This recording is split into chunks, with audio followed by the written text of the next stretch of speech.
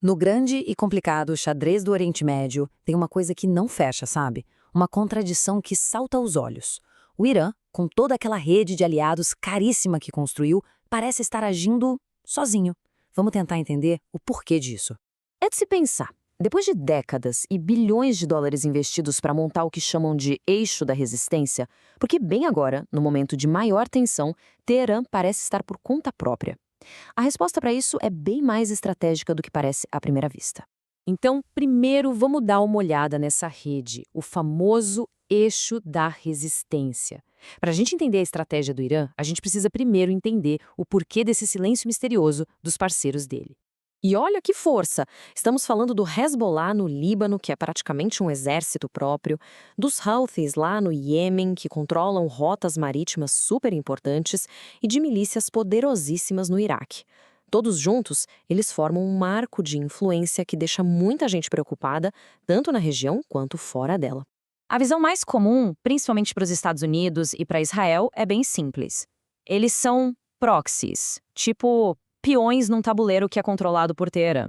Mas será que a história é só essa?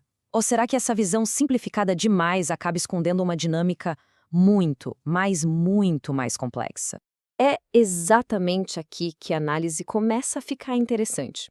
A ideia de que esses grupos são só marionetes não só é meio enganosa, como pode levar a uns erros de cálculo bem perigosos. A relação, na verdade, é muito mais sofisticada. Pensemos na diferença. Um proxy simplesmente obedece ordens. Já um parceiro situacional, bom, ele tem a sua própria agenda. Um ótimo exemplo é o Hamas. Apesar do alinhamento tático com o Irã, o Hamas se opôs abertamente a Teherã na guerra da Síria. Isso prova que a lealdade deles tem limites e, claro, interesses próprios.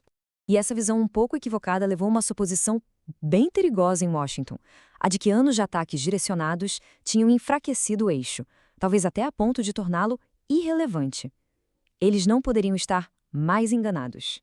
E aqui vem a grande virada na história.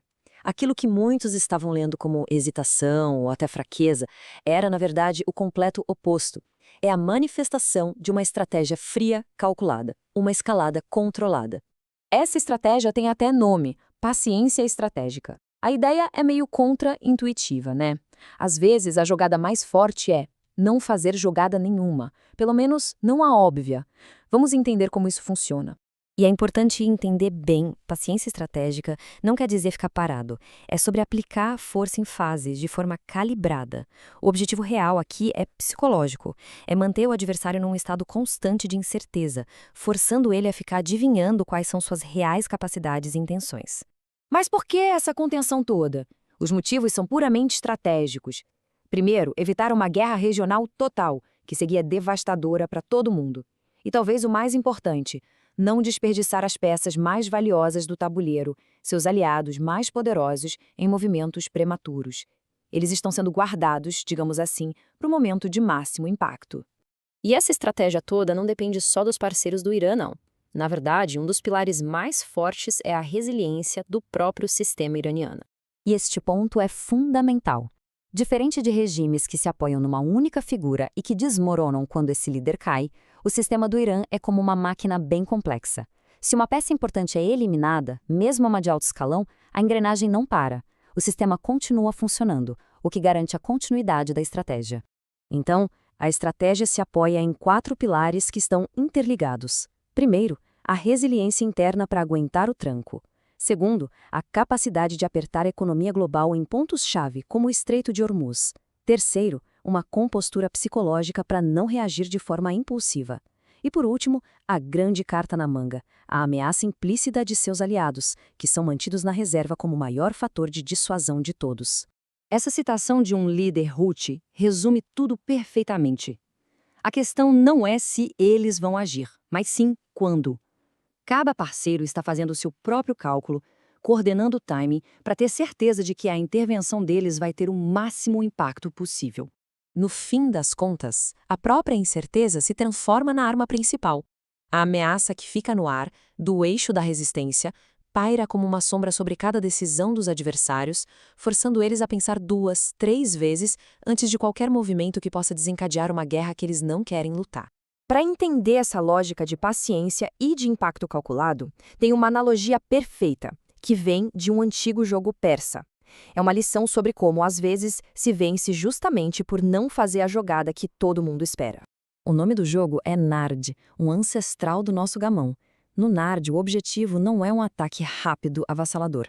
É um jogo de posicionamento, onde os movimentos iniciais, que até parecem pequenos, são calculados para criar vantagens decisivas lá na frente, no final do jogo. E é exatamente essa a lógica que está em ação. São movimentos calculados, contidos, que não miram nos exércitos, mas sim nas vulnerabilidades críticas dos oponentes, a economia, a logística, a energia. O objetivo não é vencer uma batalha, mas sim maximizar o impacto com uma pressão medida e imprevisível, evitando a todo custo uma guerra total. Então a grande lição aqui é esta: nada disso é improviso, nem sinal de fraqueza.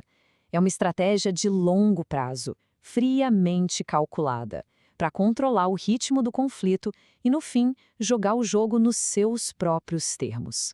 E no final, quando a batalha não é de força bruta, mas de paciência e de cálculo estratégico, a verdadeira questão se torna: numa guerra de nervos como essa, quem é que vai piscar primeiro?